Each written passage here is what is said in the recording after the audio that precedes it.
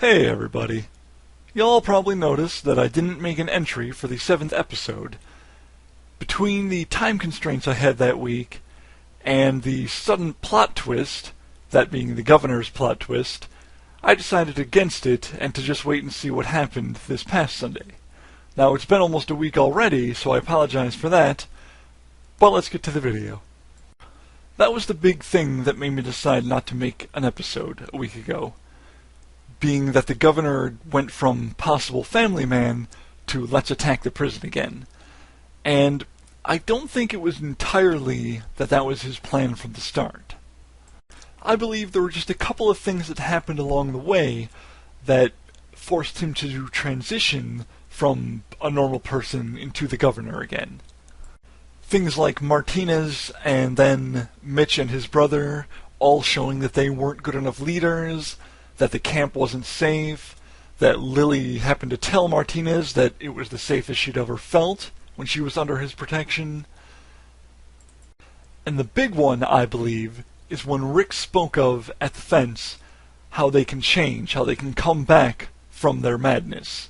And even though the governor already had the katana to Herschel's neck, I still think even at that moment there was a chance for redemption in him. I don't think he was quite fully committed to trying to kill everyone and take over the prison. Now, take over the prison, possibly, but I still think until that moment there was a chance for them to have some sort of symbiotic relationship, helping each other and using each other to survive in the apocalypse.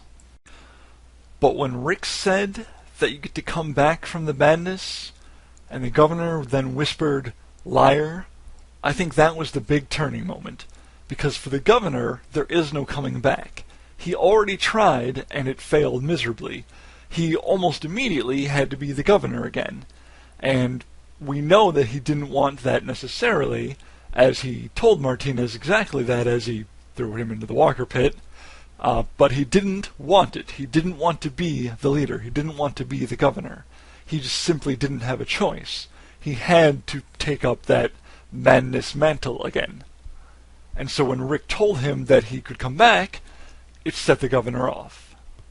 And since I brought it up, I need to clarify that that's what I think happened with the governor. That he was forced into his decision of being the governor again. I've talked to a lot of different people, and they're all confused, believing that the governor simply had a psychotic break.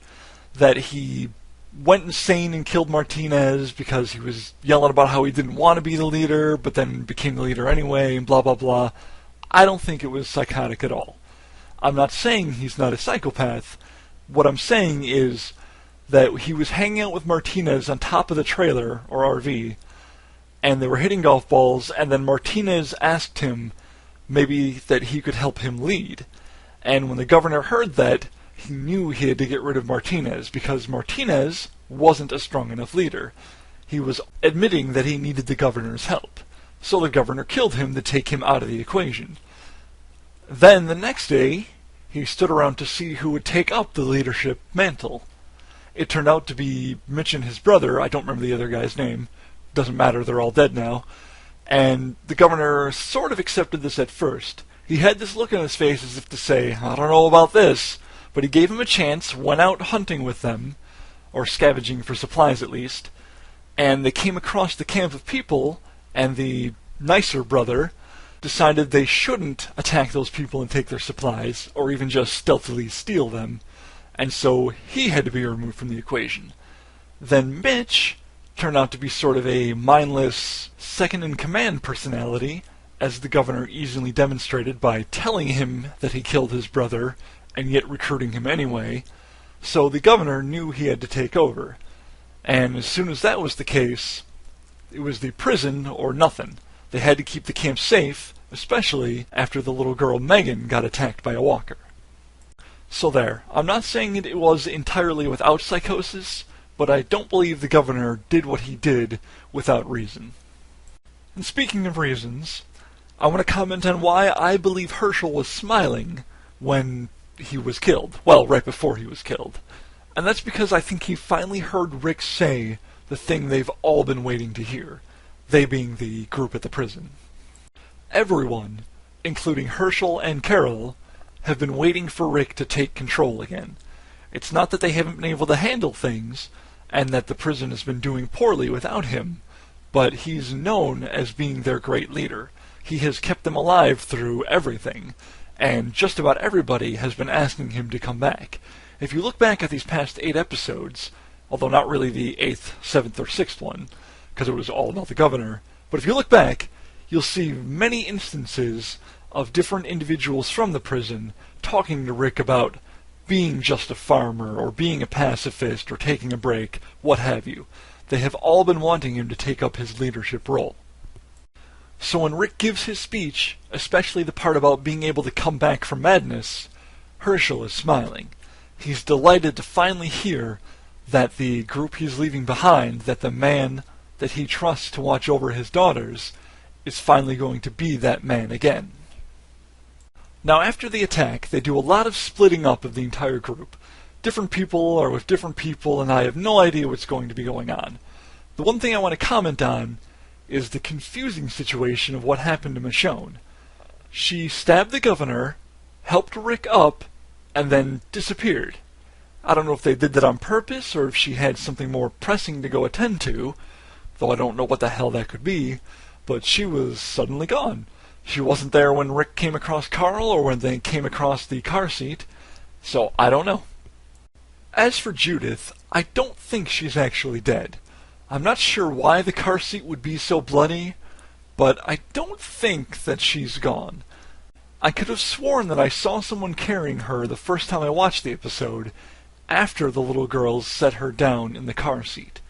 Now I know I'm wrong. I've watched the episode a second and third time and didn't see it.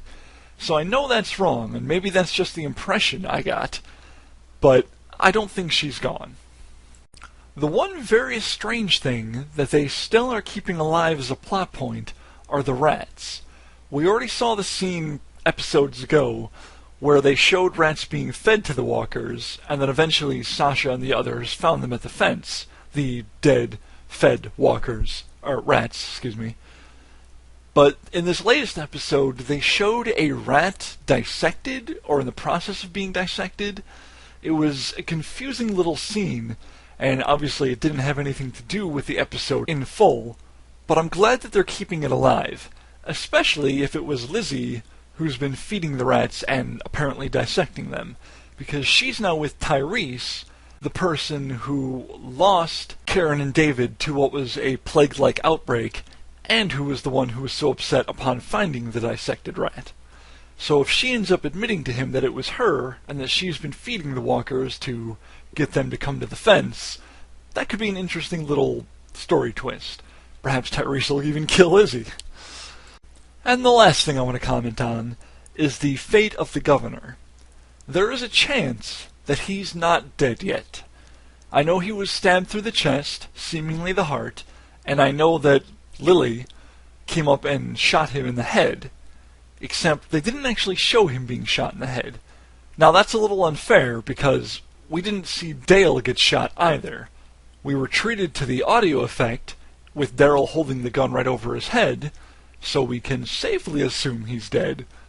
Now his guts have been ripped out anyway by a walker, so he was dead either way. And the governor seemed the same way, except there's still that part in the commercial where they show someone, or that someone had been trapped in a prison cell, chalking the days, and then that eventually turned into blood chalks because that person apparently turned into a walker. I still feel like that scene could happen.